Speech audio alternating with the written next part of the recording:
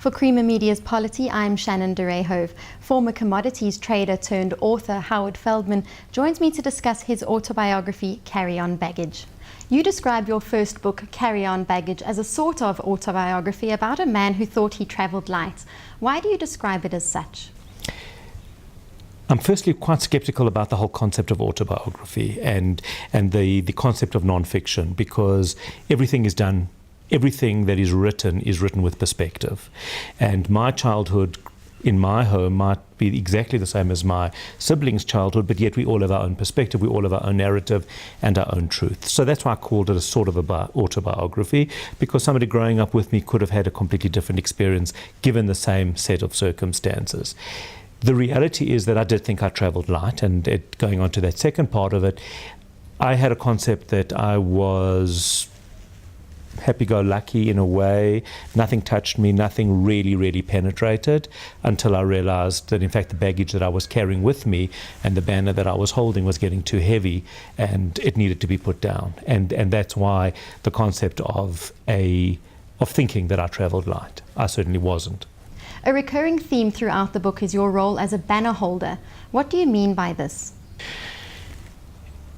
Initially, in fact, when I started writing the book, I called it putting down the banner until halfway through, and I didn't feel it was apt enough. So yes, indeed, you're 100% right. It is a large theme throughout the book, is the banner holding or putting down the banner.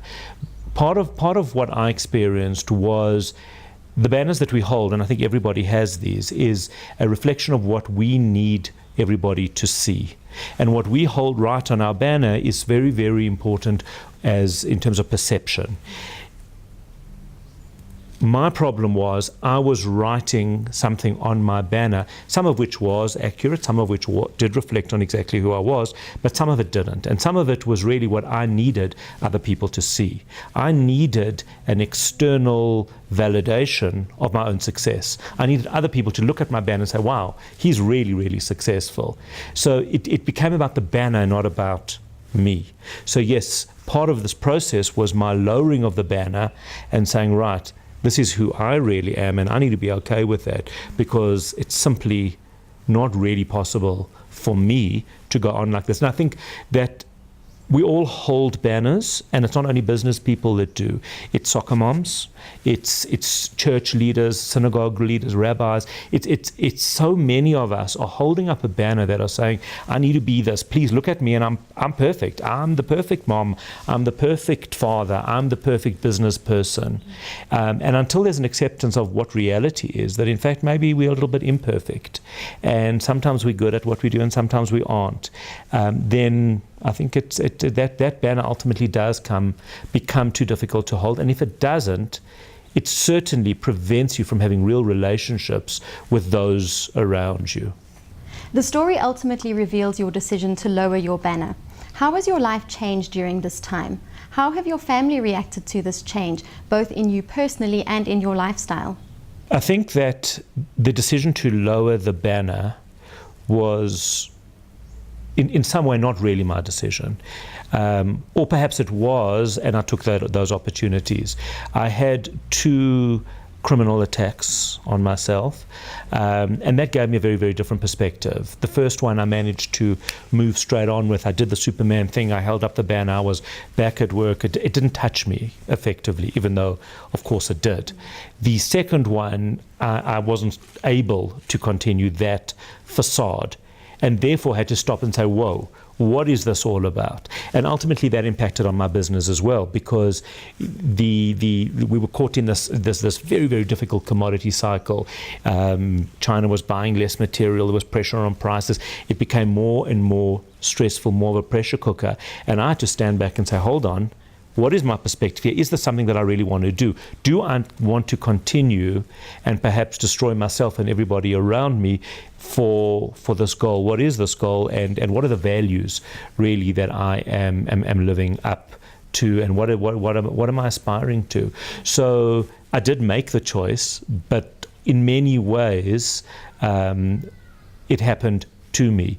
And part of the reason that I wrote the book is I would love people not to have to go through what I went through, to have a perspective and to be able to look at their lives and say, hold on a minute, is this life good for me? Is this good for everyone around me? I'm chasing that goal there. I'm never going to reach it. It's absolutely impossible, because if you've got one Panerai watch, you're going to want to have two, and then you're going to have that limited edition. It's limitless. And if that's your goal, you certainly for me, I was chasing something that I would never get to the end of that race.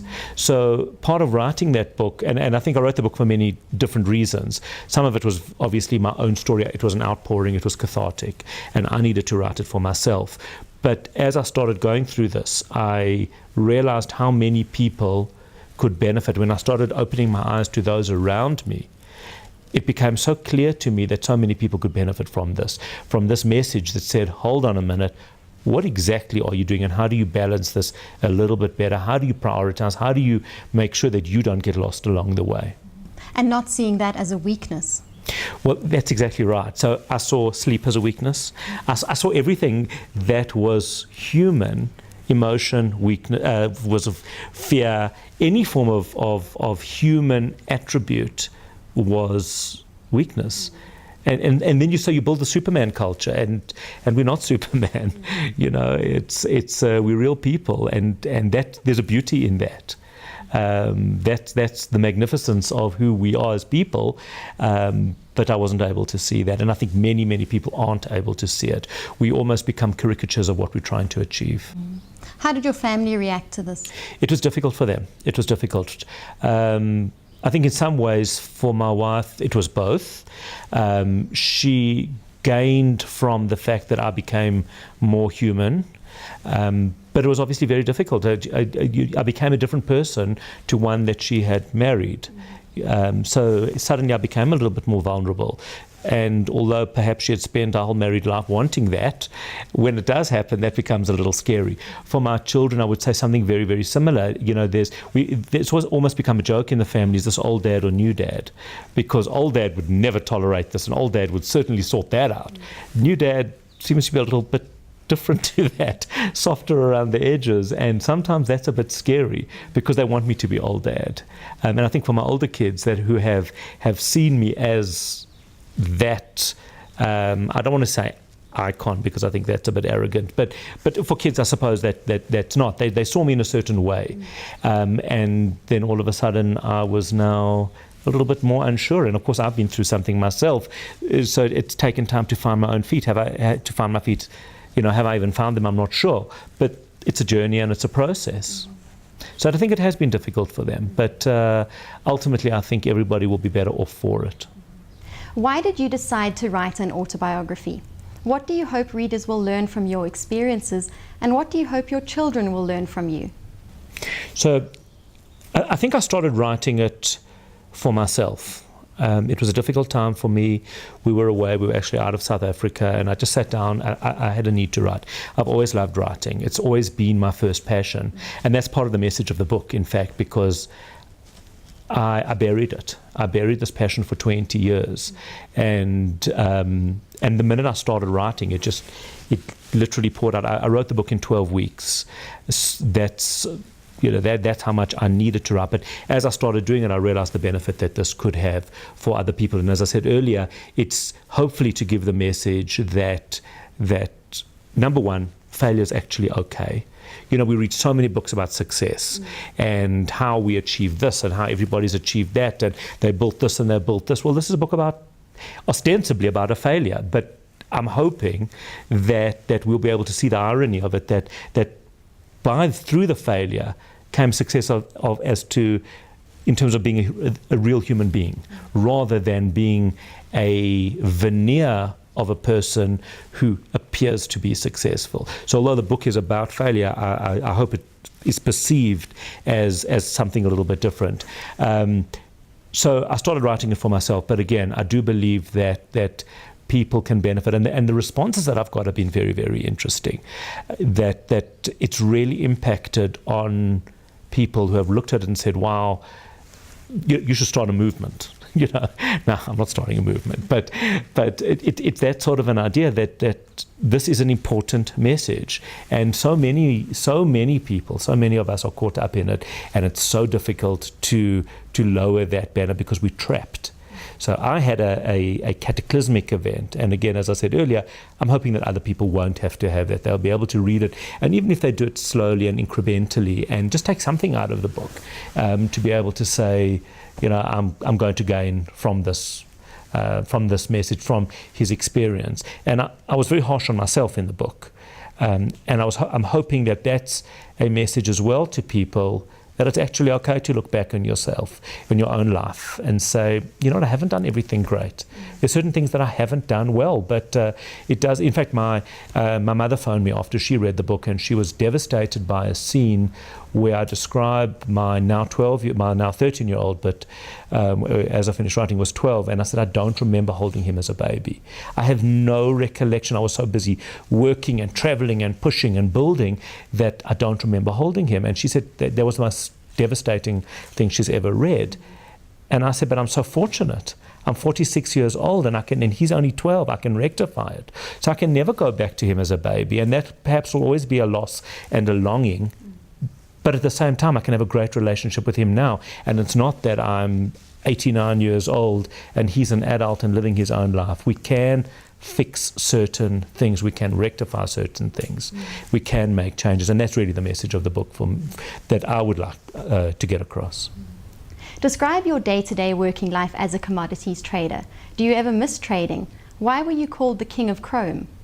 So I'm going to start with the second question first, simply because we were the largest. We built the international chrome ore business.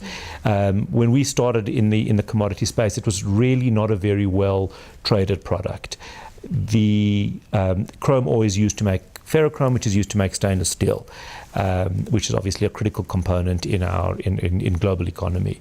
We started pushing the export of chrome ore out of Southern Africa, and we built great offices in China, India, and these regions, and became the largest chrome trader globally. We were listed in China as being the number one year after year after year in terms of our volumes. So it became a very serious business and a very big business. But also, once you're at that level, then the pressures are enormous and ego gets in the way. And I describe in one area where, and that's also part of the banner holding, I think it's a message for business. It's a message for businesses too, that don't be so caught up in your image. We needed, as a business, we needed to lower it. We were going into this perfect storm. The seas were crazy, the winds were blowing, and we went in rigid. We held our banner high. Instead of lowering that banner, reducing staff, being a little bit more flexible, being a little bit more light-footed, we went into that storm with rigidity, and that ultimately cost us. And it might even have cost us the business. So it's lessons all round. That's really the context there. My day-to-day life as a commodity trader was incredibly intense. Up generally at 4 o'clock in the morning, 4:30. If I went to the bathroom in the middle of the night, I'd be checking my emails, knowing what's going on. Because you're on a complete cycle. You've got China and you've got other regions, so you're always working.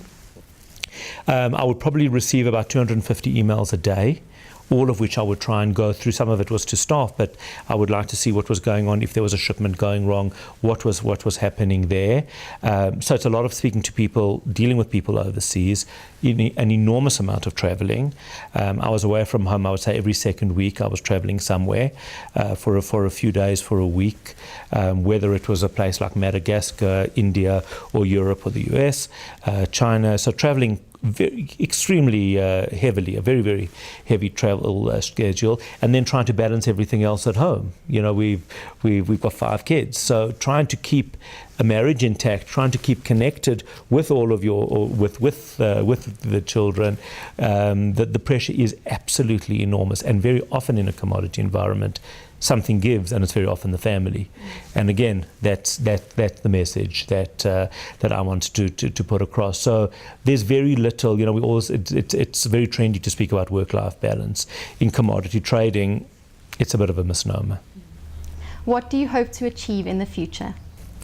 Well, writing is absolutely a passion. I've made a deal with myself as well that no matter what business I get involved in, I need to enjoy it and I need to keep perspective.